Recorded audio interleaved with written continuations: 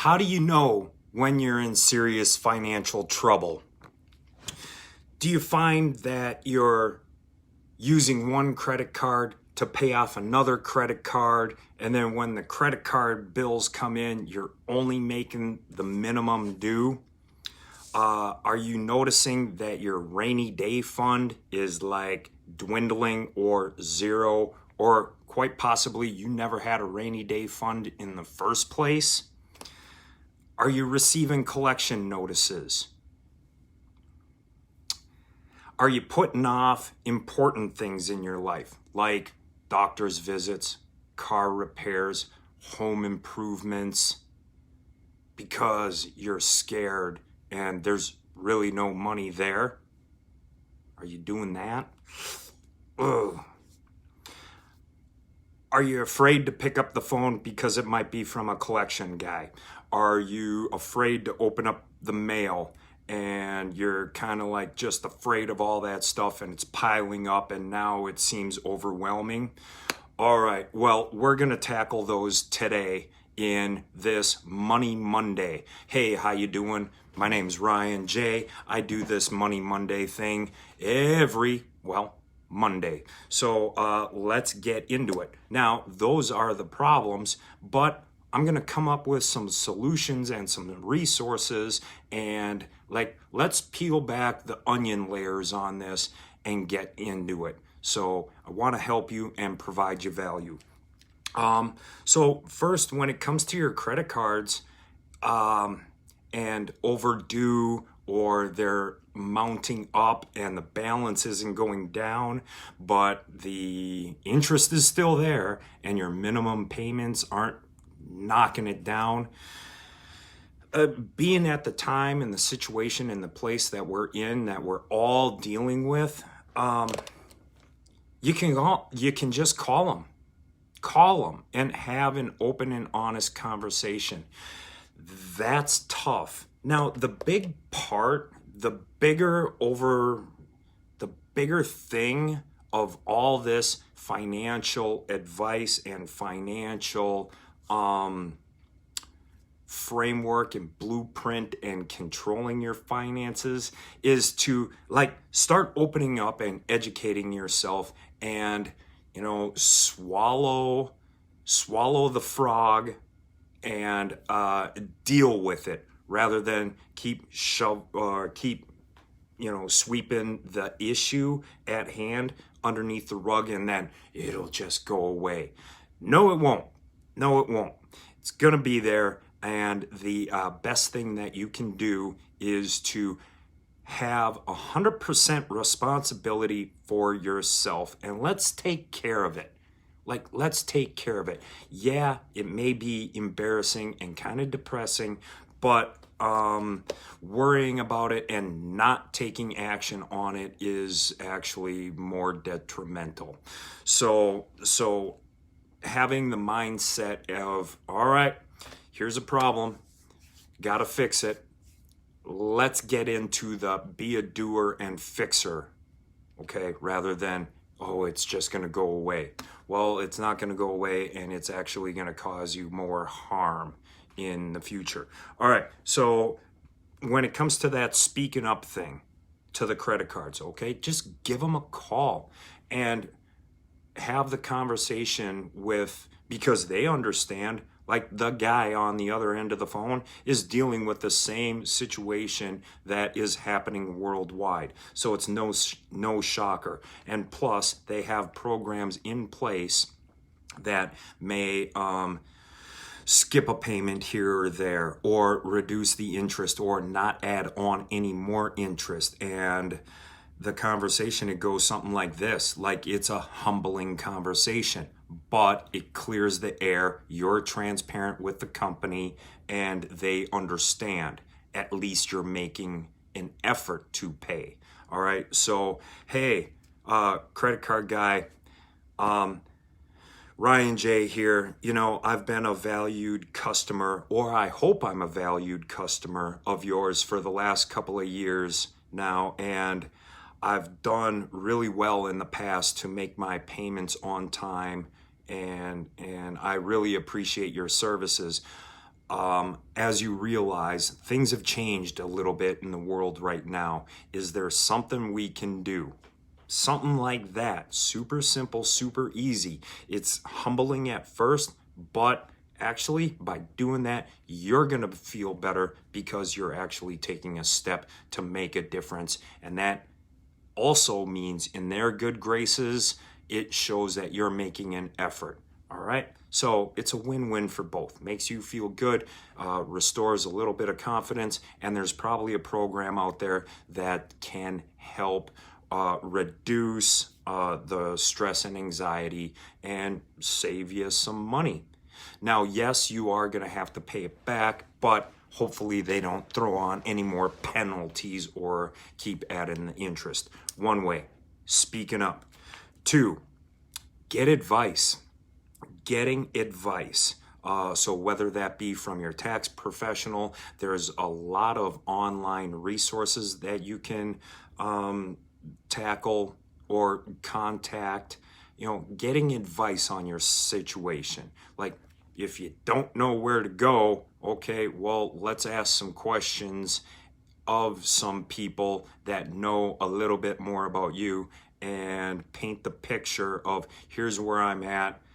It's looking kind of bleak. What do you suggest? All right. So getting advice. Along that lines of getting advice, within the last month or so, I've been doing a video series on homeschooling 101 with my daughter. And we're going through this book, The Richest Man in Babylon. Short, little, quick read.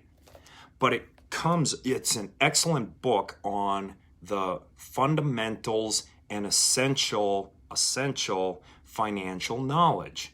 So, asking for advice or educating yourself, it could be as simple as this. You could bang this out in like a day, an afternoon. Highly recommend it. If you don't want to read the book, I do have the video series on my YouTube channel. Highly recommend, and I'm going through those chapter by chapter and breaking it down in plain English so that my 11-year-old daughter can understand. And now I'm just making videos so that you can understand as well. So get advice. Number 2, be diligent and create a budget. You may have heard this in the past. But just have been like, oh yeah, that's easy peasy. I know that already, but have never actually done it. So get out the pen, get out a piece of paper, and write down the budget. All right. Because you need to know your numbers. You need to know what's coming in, what goes out, what are the monthly income. This may or may not change, but here are my fixed expenses, and this is what I need every single month to survive, such as your rent or mortgage, such as utilities, property tax, your home insurance, then groceries, your living expenses, health insurance, auto payment, auto insurance, your gas. Write it all down. Know what you're spending and what goes out every single month. Then at that point in time, you'll be able, it makes it easier to comprehend and wrap your head around when you actually know the numbers.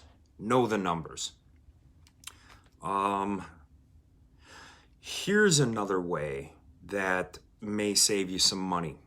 All right. Transferring a balance on a high credit card, such as 16 to 24% interest that you may have on a credit card. Transfer that balance. If you have another credit card that is at an 8% interest, I would transfer the super high interest to the 8%. Of course, you're going to know your financial situation, but look at the percentage that you're paying in interest. Here's another way that you could